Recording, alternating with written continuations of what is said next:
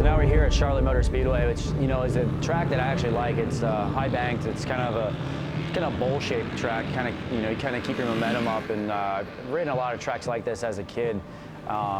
So it's always fun to come here. I've done good in the Premier, the Super Twins class in the past, and looking forward to getting the Royal out there this weekend. It's a doubleheader weekend, and just kind of taking what we've learned, what we fixed, and using this race as another development day. Just try to get as many laps as we can and shoot for that, and that's goal number one.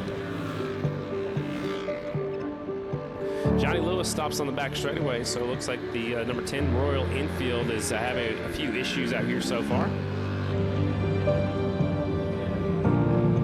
Was fifth as they push the Royal Enfield back to the pit area. Went out for the first practice and everything was going good. We rebuilt the motor this week, actually yesterday. Just there's a little kind of temperature pressure sensor on next to the spark plug, and fortunately that just popped out. And that's kind of, in theory, I thought something like that. It was like the spark plug was out, and that's kind of the way it lost all kind of compression on the one side. And luckily that's all it was. And we had a spare one, just in the mix of getting some heads fixed this week and putting that in. It was all it was. Johnny Lewis on the racetrack on the 10 bike. Goes up the racetrack. Here comes the 50. Jimmy McAllister closing the gap. Now a new rider comes up the inside. That is the 40. No, I'm sorry, that's the 10 of Johnny Lewis on that Royal Enfield.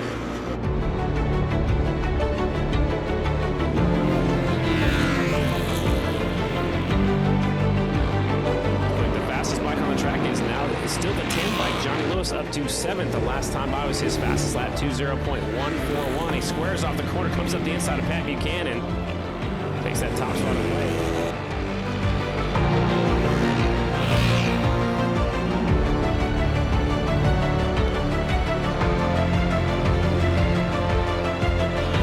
Fastest bike that was on the track was the 10 bike, Johnny Lewis, 2:0.043 out here in Production Twins.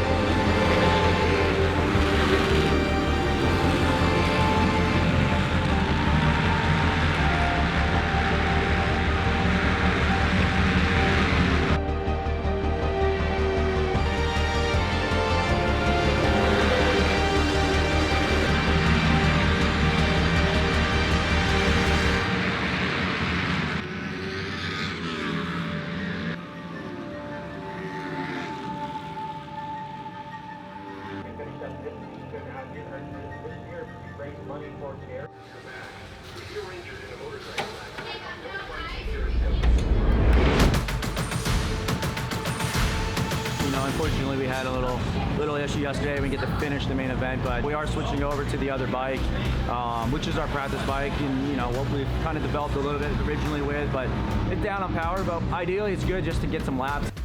It's kind of you need dynamic, how everything's kind of came together with this program. I kind of took on the role of developing the bike, my knowledge, like I said, the chassis, kind of things like that.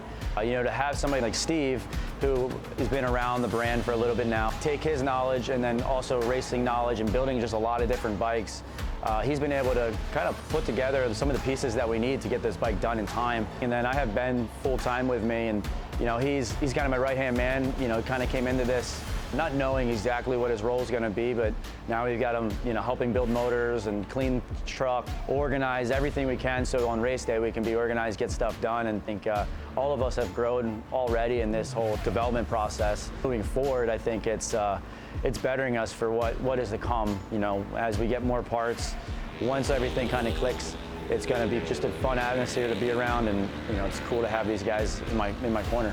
The people that I have behind me, not just part of this team under this tent, but when I can call somebody and say, hey, I need a shop to work on this. Just recently, we worked at Dale Quarterly's, who's a former road race winner, works with a lot of younger guys, has a shop right in Mooresville, not far from Charlotte, and you know, he had to leave, go to a race, threw me the keys, and let me use his full shop. We built the bike at Solid Performance, who is a dealership that I used to work for. I managed it, learned a lot from that guy, you know, Evan Yarnell, but he's also my suspension guy that helps, you know, from my school side of things to now the race program. And even though we're running Öhlins suspension forks and shocks, he's doing some tuning of those, working with us. And we still work directly with Öhlins as well, and they give us a, you know, very hands-on after the race, you know, tunability. You know, obviously the people that support the program with the products, you know, we have Spectral Oil when I need more oil because we're changing oils, we're trying stuff. You know, they're drop shipping it to hotels, making sure we have all the stuff, and that's critical because, you know, if I had to drive around with 55 gallons of oil in the back of my truck, it might be a little much. They're able to get me what I need at the locations when I need it. You know, Kinetic Gaskets came through, made us gaskets within 3 days after we realized we had a gasket failure. You know, they want to see the program succeed, and you know, they're wanting to see another brand, and they want to see me do good, and I like to, you know, kind of push their products and get people using them, and it's all the branding stuff that plays in at the end of the day is why we get to race motorcycles, and it's neat to have these people behind me.